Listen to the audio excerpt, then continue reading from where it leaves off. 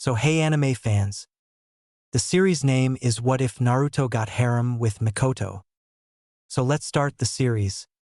As usual, Mikoto hummed softly as she made her way home from her nightly supper shopping trip.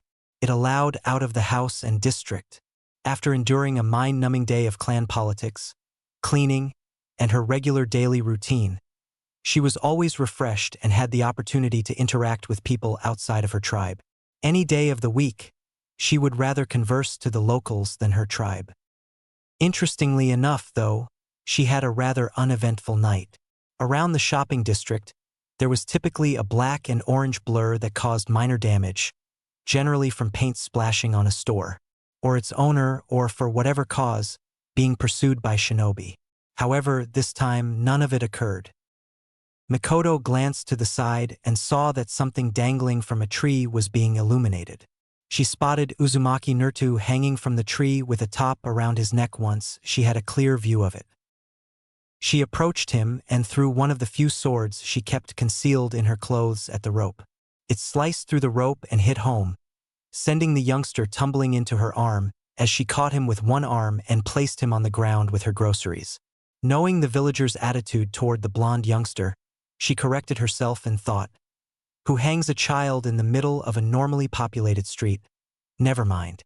She knelt down, took the rope off his neck, and made sure his heart was still beating and that he was breathing. They weren't. "How long has he been up there? I took basic CPR and first aid. Come on, don't be difficult," she thought as she began performing cardiopulmonary resuscitation on the youngster.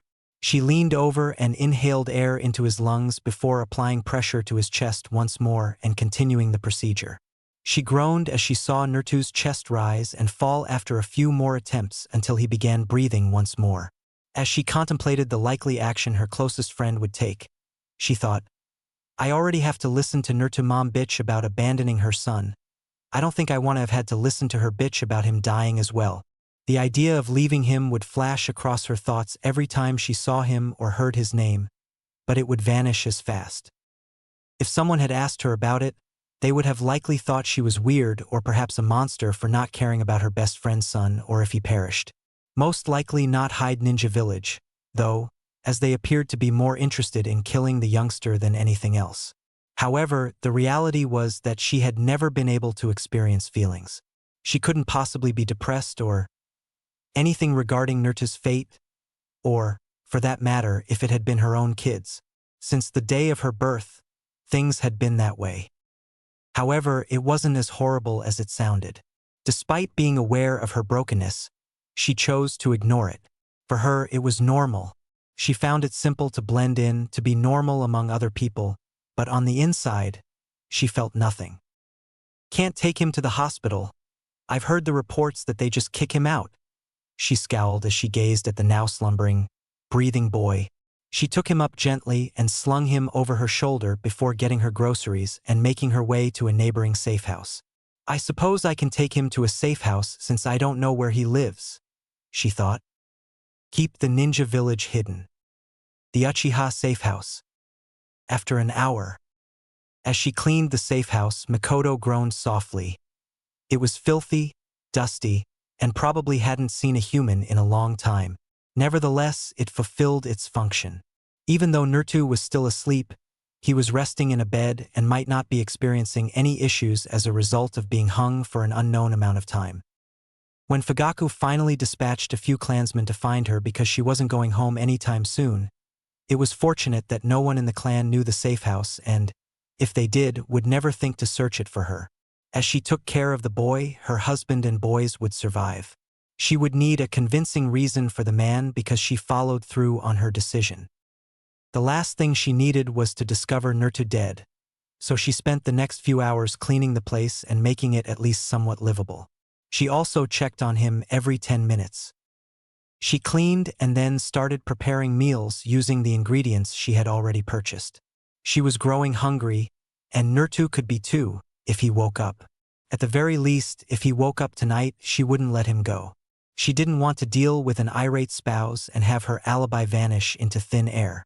If anything, Naruto was difficult to catch. His speed and endurance were amazing, particularly when he outran Umbu.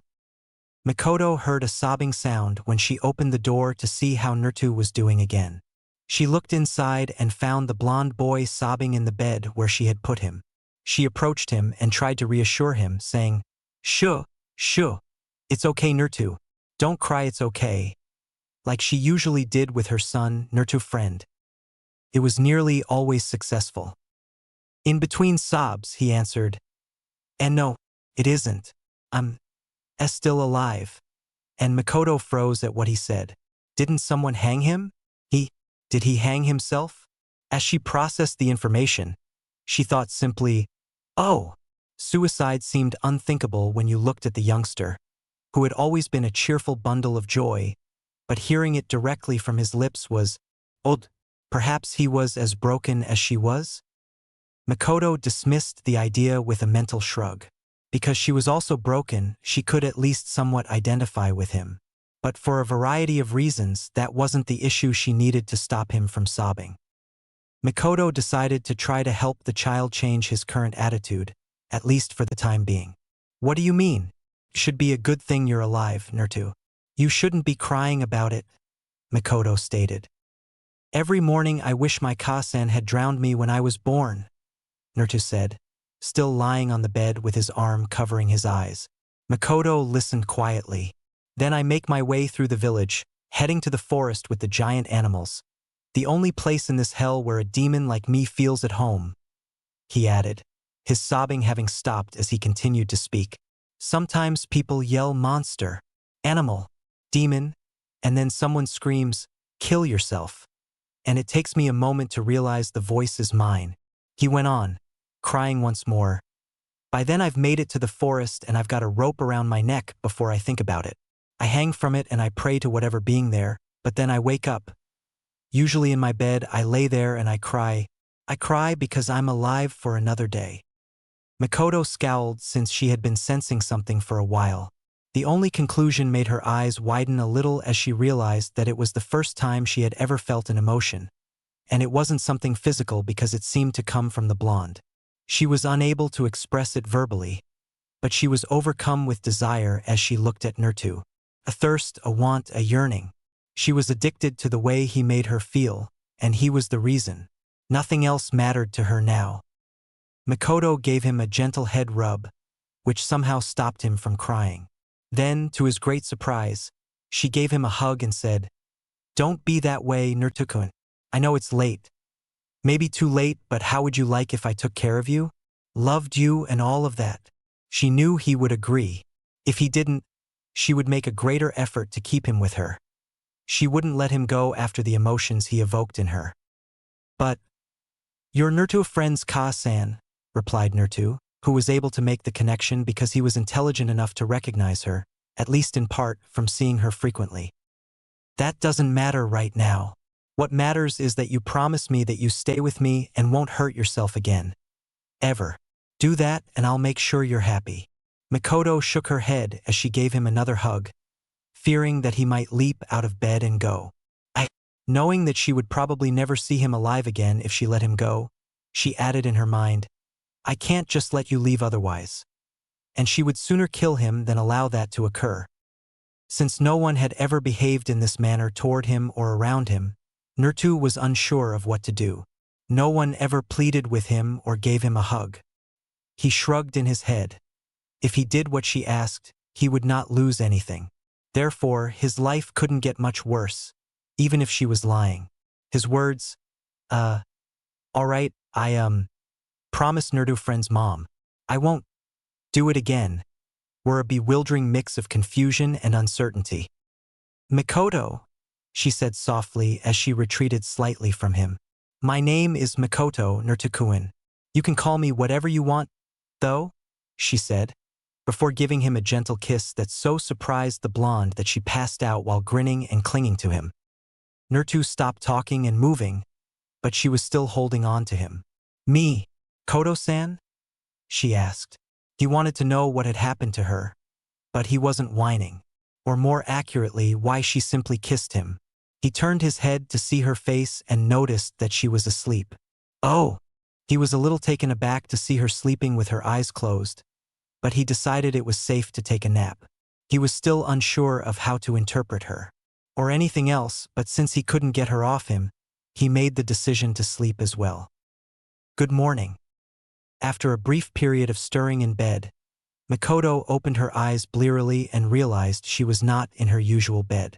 Everything that had happened the previous night suddenly came to her mind, causing her to sit up quickly and search for Naruto. But he was nowhere to be found in the safe house, which was obvious because it was just a shack with a few utilities.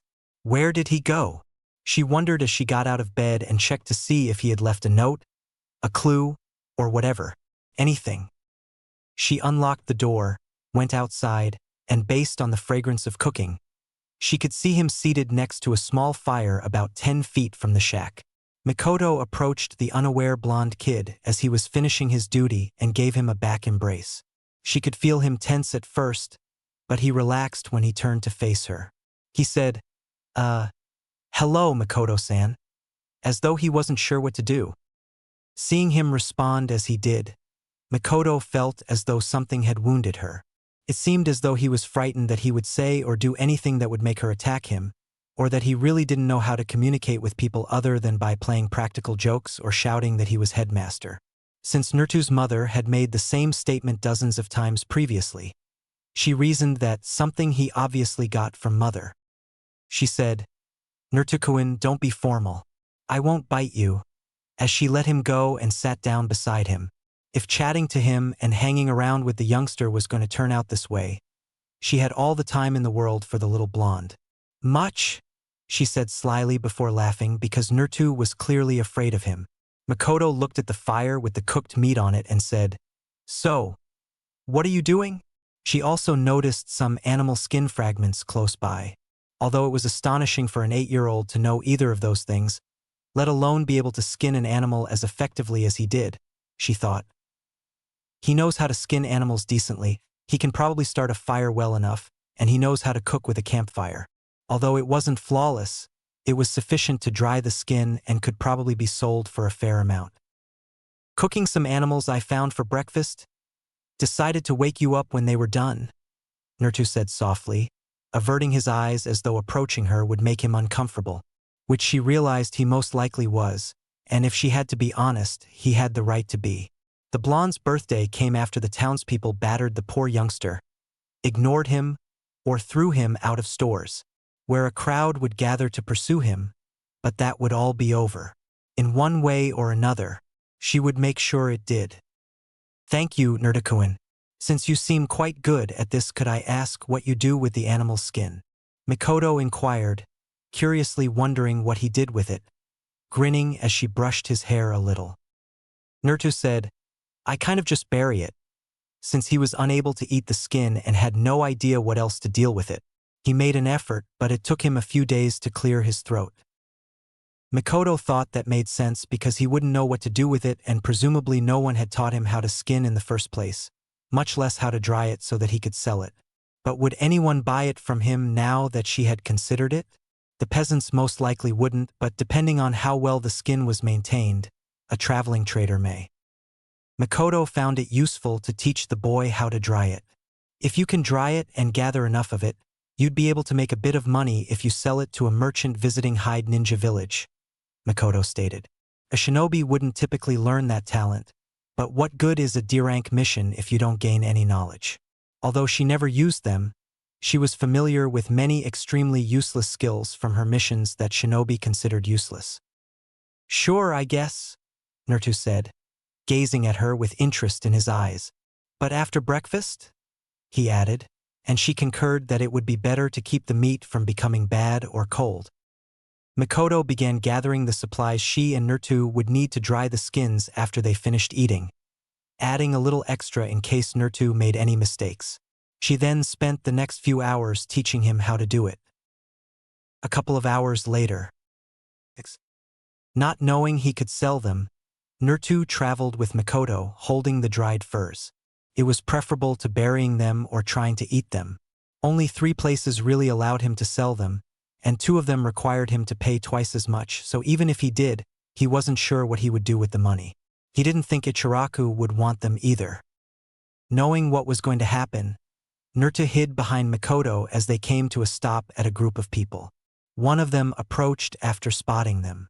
The man, who was focusing on the Uchiha matriarch and paying little attention to the blonde lad under her skirt, said, "Mikoto-sama, a pleasure to see you this morning. May I ask what you require to come here in person?" Being the heiress of the Uchiha clan, Mikoto was accustomed to the fake flattery and bootlicking from merchants, counselors, elders, and dozens of other individuals. Despite the hollowness of the man's remarks, she smiled softly. Although she made an effort not to influence others, she was also skilled at manipulating others. She had learnt to do so rather than be manipulated herself. "Good morning. As for why I'm here," she said, trailing off before glancing down at her legs and observing Naruto cautiously as he poked part of his head out from behind her. "My little spiral and I had a bit of a learning exercise this morning, and I wanted to get an expert's opinion on these furs, and if possible, sell them as well," she added, turning back to the merchant with a gentle prod. Although it was a touch long, she liked her little moniker for him because he was Uzumaki and their clan emblem was a spiral. She thought it was appropriate, and she would have to start with his clan before telling him if she wanted him to trust her and voluntarily be around her.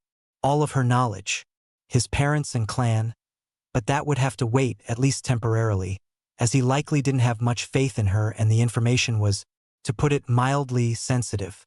After all, the headmaster would interfere with her ability to be around her little spiral, so she didn't need him breathing down her neck. The guy said, "I can look at them." And then he looked down at Naruto and the furs he was holding up to him. "Thank you," he murmured. And then he picked up one of the furs and began to feel, sniff, and examine it carefully. He asked Mikoto, "You used spirit art to dry them, didn't you?" After a few minutes had passed. Mikoto nodded and started to perspire. Among the merchants, it was considered taboo, since it would lead to problems among themselves and the economy of the elemental nations as a whole. Many of them would not purchase or sell things made using spirit art. Instead of waiting the customary period of time, she said, "Hi, I wanted to show him how it was done, but I was a little impatient, Kuru-san," since she wanted to please the blonde. In any case, it was helpful to have an opinion.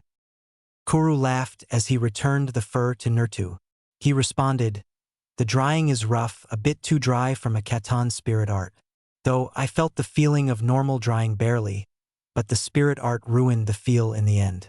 Unfortunately, you used spirit art, so I can't buy it, Mikoto-sama. You and the young boy did pretty well in drying the skins, even using a spirit art. It was used masterfully, almost couldn't tell. If you have a bit more patience next time, then I'll be happy to buy them from you too." "Well, it was nice to get your opinion on it nonetheless," Mikoto replied, delighted that it might be a way to support her blonde infatuation.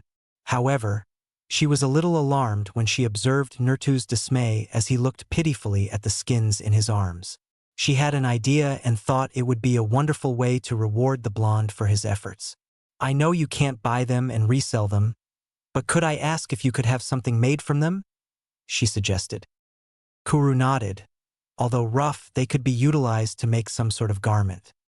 He inquired as to what the woman had in mind, saying, "That I can, though you'll have to wait a couple weeks. I'm a good merchant, but my needlework is horrendous." "What do you want them turned into, Mikoto-sama?" Mikoto gazed at Naruto and tilted her head, thinking for a moment before coming up with a plan and whispering it into Kuru's ear to keep the blonde's surprise intact. "That will be difficult, but I'm willing to give such a unique idea a try," he said prior to taking the skins given to him by Naruto.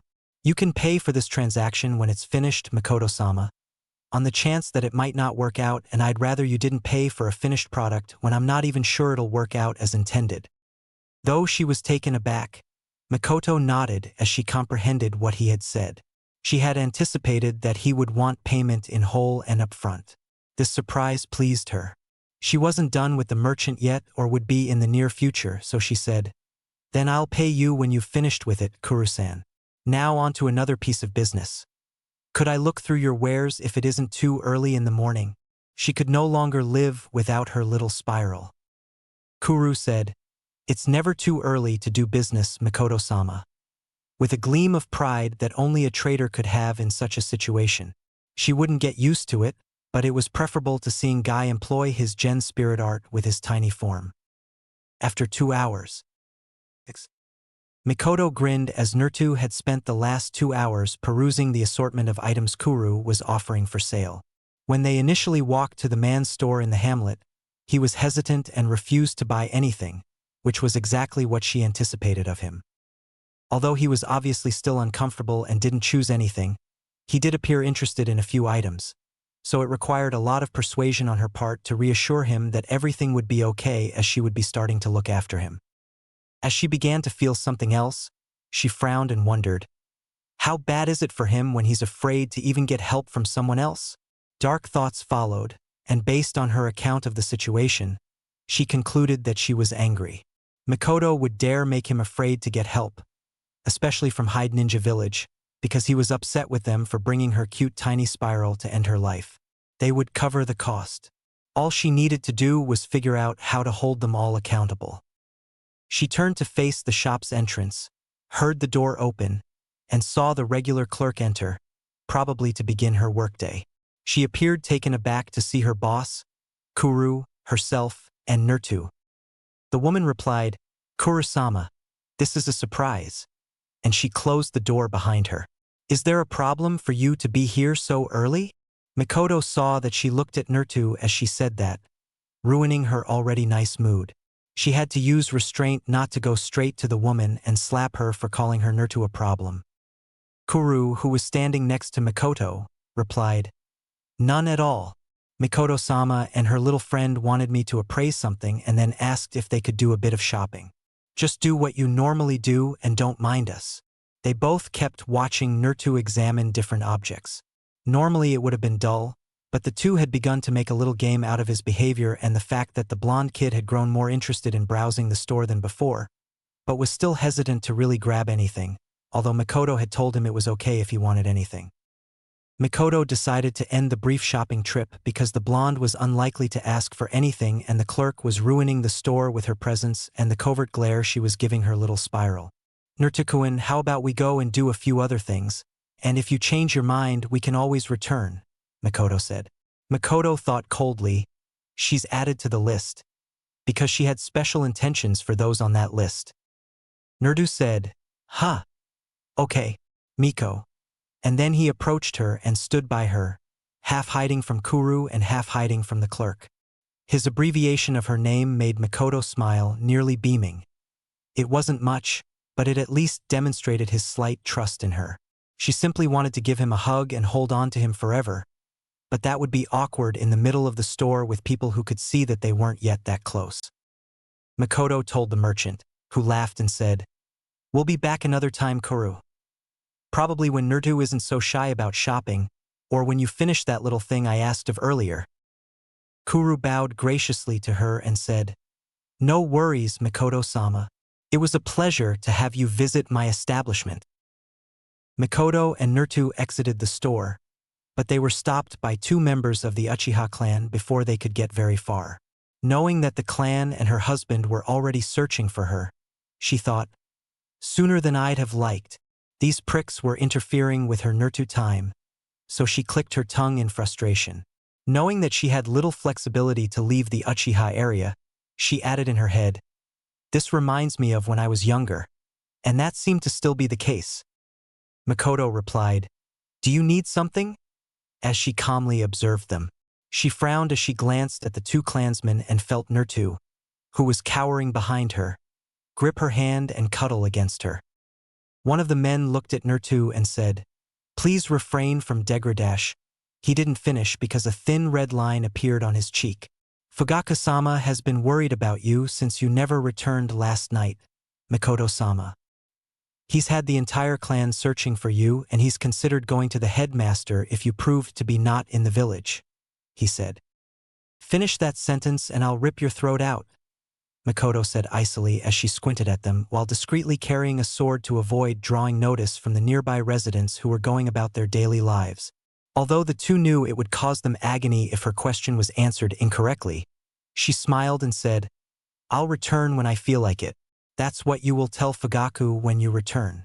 If he doesn't like it, I'll divorce him, and you 2 know what that means." right? One of the two clansmen asked, "Why you become the head of the clan?" He wasn't sure how to respond, but he had a broad notion of how the position was determined when the major heir was a woman. According to what he understood, Fugaku only had clan authority because Mikoto didn't want it, but she could simply take it away from him whether he was married or not. Mikoto said, "Yes," with a smile on her face. "Now run along, and never badmouth my little spiral ever again," she added gravely before shooing them away with a wave, and they promptly departed. "It's all right, Naruto-kun. You don't have to worry about them," she replied, giving him a gentle hug as she placed her sword aside and pulled Naruto out of his hiding place behind her. "Don't you have to go home?" Naruto said, perplexed as to why she chose not to accompany them. He kind of expected it. He was enjoying Mikoto's company, but he wasn't sure what to make of it, and nothing positive happened for a long time. "Nope, I'm gonna spend time with you and then I have a bit of a surprise for you later. I just know you'll love it." Mikoto knelt down and pressed her forehead against his, smiling at him. She wasn't entirely sure, but he would probably find it difficult to dislike the plan she had in mind. She was a patient person, though, if he didn't like it. "So what do you want to do next?" she said, unsure of what her blonde would like to do because she couldn't think of anything. "So how about there?" Naruto asked, sighing and shrugging, unsure if she would want to travel the entire distance with him. "I have to go to the academy soon," he said. The elder woman said, "Sure," nodding and grinning. "They better not treat him badly," she thought as she got up and began to walk Naruto to the academy. An hour later in the Uchiha district, Mikoto dropped her little spiral off and entered her house. As usual, it was silent and nearly deserted, but after spending time with Naruto, it didn't make her feel any less happy. She didn't have much time to complete all of her plans and tasks before Naruto left the academy. When her husband's voice asked, "And just where have you been all night and morning?" she turned to see the stoic Fugaku standing at the doorway of her room with his customary frown. "When should it concern you where I go?" Mikoto inquired, raising an eyebrow. To be honest, this type of discussion had been long overdue. She only listened to Fugaku because she didn't want to waste time when he reprimanded her at home, even though he had always been in charge of her. "I'm your husband. It concerns me a great deal where my wife would be and with what she spends her time with," said Fugaku with a serious look in his eyes. "The woman, the two that found you told me who you were with and your threat. Do you think the elders would allow you to remove me as head of the clan?" Mikoto honestly replied, "They wouldn't have a choice," since she was aware that the elders ultimately had no say. It was only an illusion of authority that they possessed. A delusion. The elders were there to offer guidance and insight, not to manage the clan. In the end, they had very little power. She had to learn these things and more because she was the heiress. She was more knowledgeable than her husband about the operations of her clan and the others in Hyde Ninja Village. "Now, is there anything useful you want to say? I have things to prepare for my little spiral." Fugaku refused to let his wife sabotage all of the clan's preparations for whatever reason she had. "You know what he told us, stay away from the 9-beast Jinchuriki. Besides, the boy has the headmaster's attention and the clan doesn't need that while we're planning our coup," he added. Naruto, who had nothing better to do, scowled as he sat on the swing outside the academy. Although he knew Mikoto wouldn't waste her time with him, he did, if he was being really honest, expect her to be waiting outside the academy when it was over. Nobody ever did. When a familiar feminine voice said, "Naruto-kun, what are you doing?" Naruto turned to see that it was Mikoto, who had taken off her long skirt, blouse, and apron. She was now dressed in a black halter top, stiletto sandals, and black shinobi pants. "Just sitting," Naruto replied honestly, although he was taken aback that she had even shown up. However, it was a pleasant surprise. "I prepared a few things for us to do, but is the dash," Mikoto said with a gentle smile while running a hand through his hair. A familiar voice said, "Ka-san, why are you with the dobe?" And Naruto grimaced because he knew who it was and didn't want to argue with the brat. He didn't want to enrage Mikoto by starting a battle with her son, especially not in front of her. If anything could get rid of this disgusting piece of shit that was her son, it was bringing up her older son. Mikoto turned to face her son and said, "Why I'm with him isn't your concern, Sochi. Shouldn't you be heading home before Itachi heads off with his squad? If you're quick enough, he might spare a few minutes to help train you." She had to use all of her self-control not to lash out and hit her friend for making fun of her little spiral. She thought angrily, trying to get rid of the little trash as soon as possible. How dare he?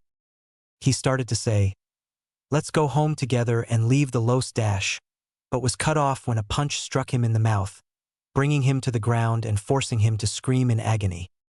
Before picking up her son's sobbing body, Mikoto wiped the blood and saliva from her hand onto her pants.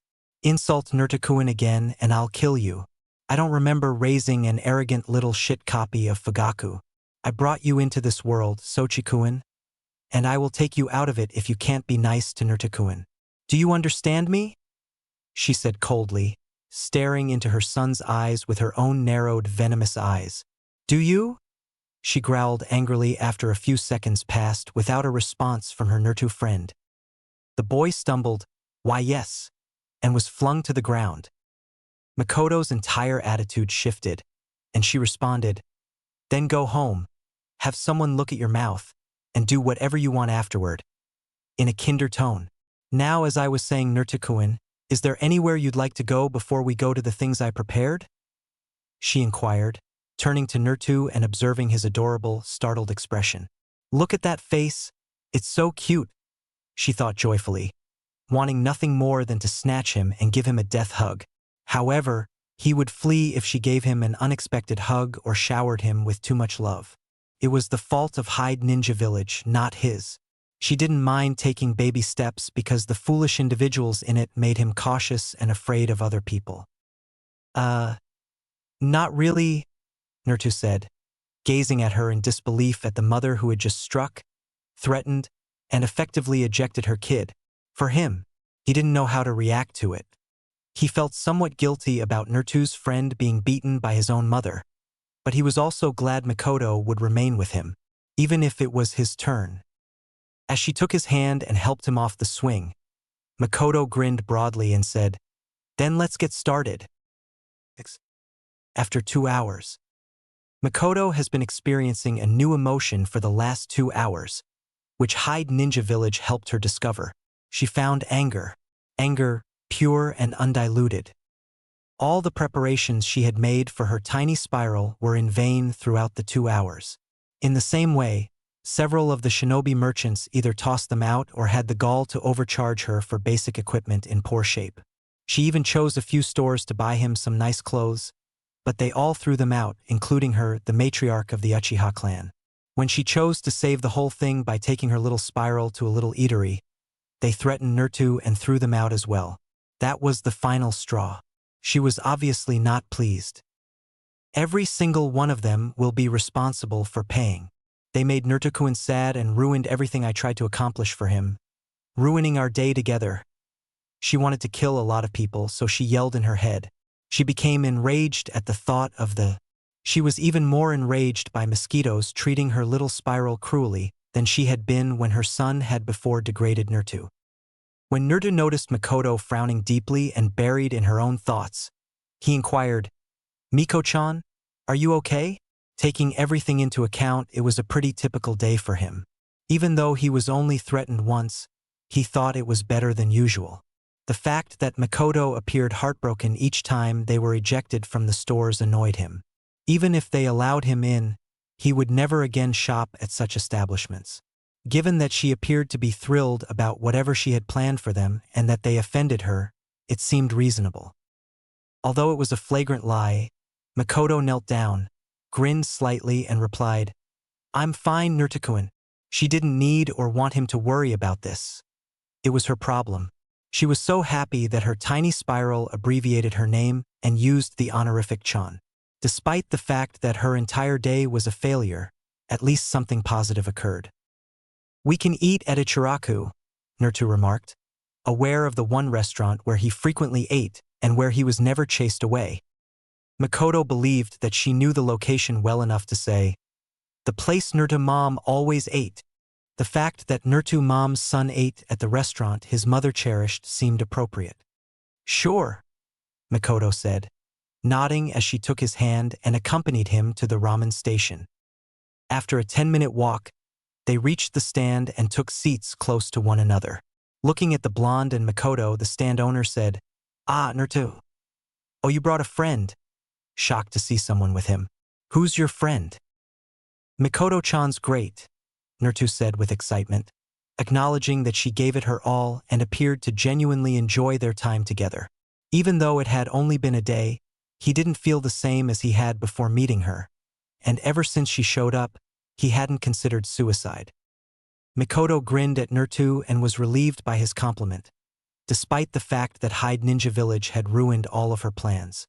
"I'm not that great, Naruto-kun," she said, aware that she had not yet taken any significant action to stabilize her small spiral. "Well, what would you two like?" asked the stand owner, and he laughed. "Two miso and beef," Naruto said contentedly, eager to eat. Mikoto said, "A large miso," noting that she didn't think Naruto would be able to eat so much and wondered where he would be storing his food. When the ramen arrived, the two ate it, and Mikoto simply listened while he spoke to the stand owner and his daughter. She wanted to see individuals who didn't treat Naruto cruelly, so she was content to stay on the sidelines for the time being. After an hour, Mikoto realized that her small spiral was indeed something extraordinary after gazing at 2 stacks of ramen dishes, particularly his abdomen based on her observations. He ate more than anyone she had ever seen. After completing another bowl and placing it next to the 2 towers, Naruto said, "I'm full," thereby initiating a third. Knowing that all the ramen he consumed wouldn't make a cheap bill, Mikoto decided to taunt him a little by saying, "But what about the bill? You look like you enjoyed yourself, Naruto-kun," she said, enjoying seeing him happy. How much is it?"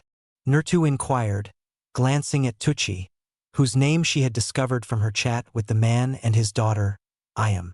Ayam handed the bill to Naruto, but Mikoto grabbed it out of his grasp before he could read it. "Hey!" he murmured, frowning at her. "I'll pay for it, Naruto-kun. No need to worry, and don't hey me, you just need to be quicker." Mikoto poked her tongue out at him before taking out her wallet and paying the bill for the 2 of them. She didn't see the need for a handbag, and she continued to do so even after she retired from Shinobi. She only ever used the pockets in her clothes, and she felt that it was faster than rummaging through a purse. "Arigato, Miko-chan," Naruto stammered, flushing slightly and averting his eyes in embarrassment. He wasn't used to someone being as kind as she was, and he thought it was a little awkward that she was paying yet he was the one who consumed the most food. He enjoyed watching her grin, too. When Naruto felt Mikoto embrace him, his face flushed more. "Ah, it's okay, Naruto-kun. It's the least I could do after a bad day," Mikoto said, giving in to her need to embrace her cute spiral. She decided to give the blonde her last surprise and said, "Now how about we go home?" Naruto stammered, "Sure." Still in pain from her embrace. He liked it, but it didn't mean he was accustomed to it, especially when it happened suddenly. "See you later, Nei-chan Gigi," Naruto said as he and Mikoto got to their feet. Tucci said, "Goodbye, Naruto, and be careful," before starting to dismantle Naruto's towers of bowls. Ayam inquired, "Is Naruto going to be okay with her?" After Mikoto and Naruto left, she was concerned about the little sunshine since occasionally people would approach him with the intention of hurting him or taking advantage of him. "That's right, you were little when Mikoto-san was an active shinobi, so you wouldn't know." Tucci shook his head, realizing that his daughter wouldn't know. If she wanted to kill Naruto, the headmaster would likely find the boy lying dead in his bed, poisoned, with no idea who did it. What? How's that possible? Ayam said, finding the information at the very least unsettling. Tucci chuckled lightly as he set the bowls in the sink. The rumors back then, they called her the Velvet Killer. It's okay as nicknames go, I suppose. Though the thing was that she is able to kill a large amount of people without injury and without them knowing until it's too late. he stated before pausing a moment to remember something from so long ago. Let's see. When was it? Ah, right. During the last Shinobi War, one day there was something Shinobi eating here were talking about. They were talking amongst themselves. I heard bits and pieces as I usually do, but they mentioned that Uchiha Mikoto single-handedly took out an IWA garrison, didn't even have an injury, and the best part was, she refused to be awarded for the feat and even refused to be placed in Umbu. I think that was more shocking to the shinobi than the deed itself. He shrugged as he started cleaning the dishes even as his daughter stared at him awestruck. Not that many people remember her being a kunoichi surprisingly. She retired, became a mother and basically as far as things went, disappeared for the most part. And Naruto's safe around her? Asked Ayam, who was suddenly very concerned about the blonde child. I'd say he's safer than the headmaster is at any time, Tucci said, not exaggerating, having been present when all the rumors and talk about the young woman were rife. Tucci nodded, having seen the woman smiling at the blonde boy and showing affection for him. Since they weren't going to have any more customers for the evening, he added, "You should worry about anyone who does anything bad to Naruto. Ever. Also, can you bring the rest of the bowls over here? Then you can go home early while I finish cleaning these and closing the stand." Hi, Ayam stammered, still stunned by her father's words. District of Uchiha. Not sure if he liked the idea. Naruto said, "I'm going to live here?" His encounters with Uchiha were less than pleasurable aside from Mikoto. The police consistently followed the villagers' statements, frequently beating him up for something they claimed he did, although he never did. And the last Uchiha he encountered who wasn't a friend of Mikoto or Naruto attempted to use a Katon spirit art to mock him. "You don't want to?" Mikoto said, raising an eyebrow as she gazed at him, perplexed as to why he would find it objectionable. Then she had an idea. Has he interacted with other Uchiha? Was he harmed by them?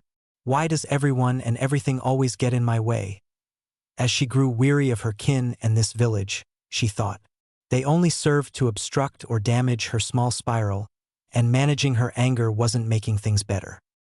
"I'd rather not," he added, taking a small step back from the district's front entrance. Since the safe house was still an option, she said, "How about the house we were in together last night? You can live there if you like. You won't need to worry about a thing," she added, knowing that it would be safer for him and possibly a better living space than whatever he probably had now. Naruto cocked his head to the side in contemplation. The apartment manager most likely locked him out once more, although it was a pleasant location. He wanted to make sure it would be okay with her and inquired, "Can I really? It's all right?" Because he was sick of going to the headmaster for help with that fool. His response took the shape of another unexpected embrace, this time as tender as the last. Recalling their brief conversation from last night when he first woke up, Mikoto said, "Of course it's all right besides. You promised you'd stay with me, right?" Recalling that he had promised her that, Naruto nodded. "That's correct. I did, and Naruto never breaks his word," he reflected gravely, realizing that he was now stuck with Mikoto, not that it was a bad thing. After all, she was the only one who truly cared about him. Neither the headmaster nor the Ikarakus showed him this much support. He blinked as they entered a house, which he knew was the same one she had previously taken him to. "How'd we get here?" he murmured, perplexed, wondering whether she could have done what Gigi and the Umbu had done. Mikoto grudgingly released him and replied, "It's called Shunshin Nurtukuen. It allows its user to travel to a nearby destination at a high speed, almost like we just popped up here. It's useless in a fight though, because you can tell when someone will arrive with it and it takes a second for it to activate, which would give your enemy a chance to kill you. Are you interested in being a shinobi?" she asked, assuming he was enrolled in shinobi classes in addition to the usual civilian ones. Initially, she had brought him to shinobi shops to acquire sturdy clothes and equipment so she could train him self-defense. "Not really," Naruto said, shaking his head, "but I didn't have much choice in the matter. Gigi just came one day and told me he put me in the academy for the ninja classes. Since he is a Jinchuriki, it is clear why he was compelled to attend the sessions. However, nobody makes use of my small spiral as a weapon. Mikoto calmly thought, I hope the headmaster likes disappointment. He made a mental note to turn the headmaster's strategy against him. Well, there are spirit art that can be useful even if not used in battle. There's Fuin spirit art which has been in decline for decades. Used correctly, it could destroy even the strongest shinobi in a matter of seconds. Really? Exclaimed Naruto, astonished that such a thing existed. However, it was never discussed in the academy. If it's so strong, why is it in decline? He inquired inquisitively, wondering why it would disappear if it was so powerful. If it were that powerful, people ought to be learning about it. It's hard to learn Fuin spirit art, Naruto-kun. Most people can only learn a few bits of it to create standard seals like the ones for an explosive note and well-known seals like it. Very few have come to be a Fuin spirit art master, even though some claim to be. After. Mikoto grinned as she sat on the room's bed and patted the spot next to her. A moment later, Naruto sat next to her, as well as his clan. After what? Said Naruto inquisitively, while Mikoto became quiet and appeared a little disturbed. I won't hide it, Mikoto sighed. Naruto-kun ought to be aware. And he will be upset with me and may decide not to stay with me if I keep it a secret and he finds out. She didn't like the concept of him abandoning her, so she thought, I can't have that. After 3 of the 5 great hidden villages destroyed Yuzushigakure and the Uzumaki clan, she said solemnly as she closed her eyes and listened to the quiet. Naruto asked, uncertain if he had heard her right. He possessed a clan? However, were they all killed? Mikoto raised her eyes to avoid having to gaze upon the likely startled, maybe distraught Naruto responded, the Uzumaki clan lived in Yuzushigakure. They were considered the masters of Fuin spirit art. Even today their seals on Yuzu no Kuni are still powering their outer defenses. A large circle of whirlpools protecting Yuzu no Kuni. They are the only ones who have been able to create the most seals. They were also excellent shinobi, which caused 3 of the 5 great hidden villages to fear them, and in the last shinobi war, they allied with each other, destroyed it and wiped the clan out. Inquiring as to whether his clan was still in existence or if he was the last, Naruto said, but I'm an Uzumaki. Could there be others like me? Since most clans would hide if they were attacked and almost wiped out, Mikoto shrugged, unsure if there were any other Uzumaki left. I don't know, Naruto-kun. If there are others, they're hiding and they don't want to be found, she stated honestly. Before thinking about making a comeback, they went into seclusion for decades. I'll be back in a couple of hours, but don't wait up if you don't want to. You need your rest, she said, not wanting him to jeopardize his health over her over a trivial issue. I have a couple things to do in the Uchiha district, Naruto-kun. You can consider this place your home for as long as you like, all right? Naruto responded, okay, Miko-chan, and thank you for telling me I had a clan, appreciating that Mikoto had informed him that he was more than just a cast-out orphan. Other shinobi were afraid of his clan since it was so powerful. He wanted to study the ways of his clan and was determined to make them proud. Based on her advice, he should probably begin with Fuin spirit art, as his tribe was quite talented in this area. You're welcome, Naruto-kun, and it's only fair that you should know your own family, Mikoto said, expressing her strong desire to stay and carry out her intentions. She wanted to hold him while they fell asleep, kiss him, and give him a hug, but she had to remove certain barriers, and they refused to do so. But don't tell anyone you know about it, okay? I don't know why, but it's obvious no one wanted you to know. Right? Naruto said, instantly concurring with her. He didn't question her statements because even the headmaster had misled him about having a clan or any family. He repeatedly claimed that he was unaware of Naruto's family and that if the headmaster had lied to him, then everyone else was most likely lying to him as well. All except Mikoto. The only nice person who liked and cared for him was she. After Naruto nodded, she remarked, good, I'll be back in a bit, all right, and departed, heading back to the Uchiha area. District of Uchiha. Opening the door to her home, Mikoto yawned. But since she couldn't be with her Naruto here, she no longer thought of it as her home. She announced her pregnancy to the district for an hour, inviting everyone in the clan to the celebration she planned to have in a month.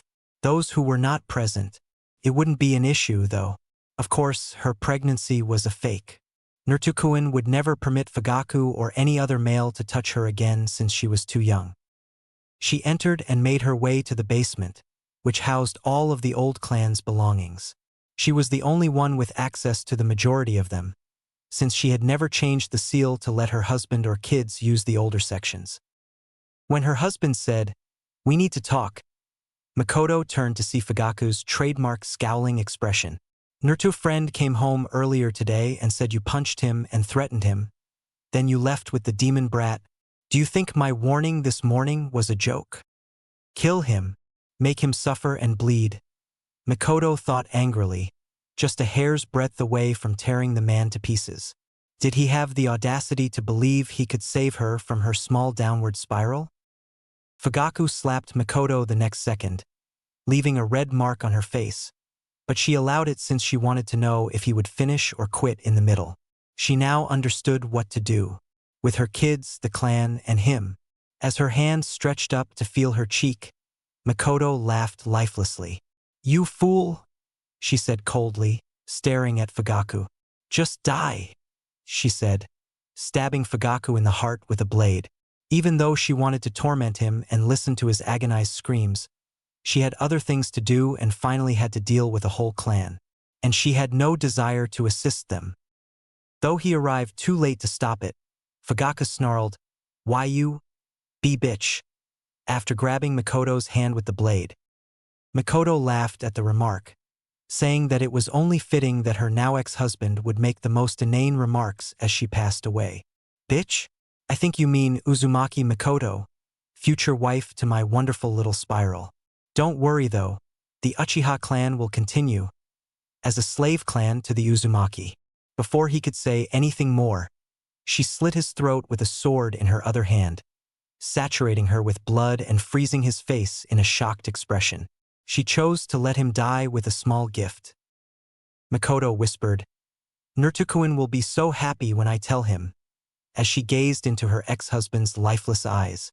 She would now be in charge of the clan and find it much simpler to carry out her intentions. There was nothing the headmaster could do to her. She refused to let him meddle because she was the rightful leader of the clan. Since it is a law, and if there was one thing that people enjoyed, it was their status, he would lose it if he tried. Especially because the Hyuga clan frequently used their slave seal to kill their own members, and he had little authority to step in. Mikoto dropped the sword, leaving the other in Fugaku and the one in her hand to clang on the ground. She would hire someone to clean up the mess later. She wasn't even going to bother. As she had initially intended, she had to look through ancient scrolls and other stuff.